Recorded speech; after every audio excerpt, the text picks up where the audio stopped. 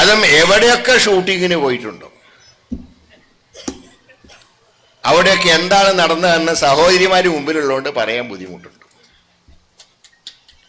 പണ്ട് കാലത്ത് ചില കുറിച്ച് പറയും നടന്ന് പെടുക്കുക എന്ന് കേട്ടിട്ടുണ്ട്. നടന്ന് പൂശിന്ന് ആദ്യമായിട്ട് വെക്കുക. അതൊരു MLA, ജനങ്ങൾ തെരഞ്ഞെടുത്തൊരു MLA. അപ്പൊ ആദ്യം ഈ വിദ്വാനെ സ്ഥാനാർത്ഥിയാക്കിയപ്പോ അന്ന് അദ്ദേഹത്തിന്റെ മുൻ ഭാര്യ, ഒരു സിനിമാ നടിയായിരുന്ന, ഫേമസ് സിനിമാ നടിയായിരുന്നു,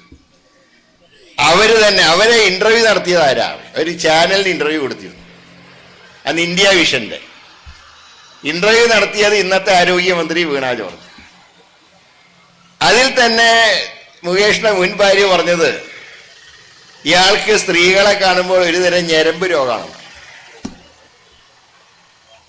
അങ്ങനെ അവസാനം ഇവര് ഡൈവോഴ്സ് ചെയ്തു പോയി. അപ്പോഴാണ് രണ്ടാമതൊരു വിവാഹം കഴിച്ച്, അത് സിനിമാ നടിയെ തന്നെ മേതിൽ ദേവിക.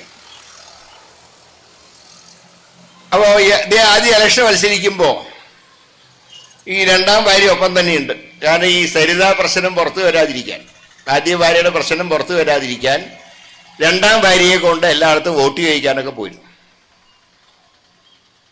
പിന്നെ രണ്ടാമത്തെ ഇലക്ഷൻ വന്നപ്പോൾ ഇവരെ കാണാനില്ല.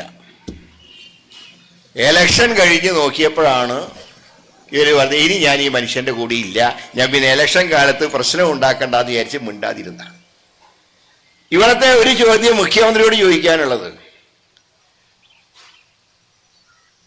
ഈ കഴിഞ്ഞ 4.5 കൊല്ലം ഇത് അടയിരുന്നല്ലോ ഈ റിപ്പോർട്ടിന്റെ മേലെ.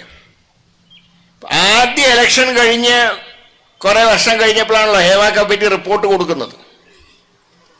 അതായത് 2001 തെരഞ്ഞെടുപ്പിൽ, 2021 തെരഞ്ഞെടുപ്പിൽ നിങ്ങൾ മുകേഷിനെ വീണ്ടും സ്ഥാനാർത്ഥിയാക്കുമ്പോൾ നിങ്ങൾ ഹേമ കമ്മിറ്റി റിപ്പോർട്ട് വായിച്ചിട്ടുണ്ടല്ലോ മുഖ്യമന്ത്രി.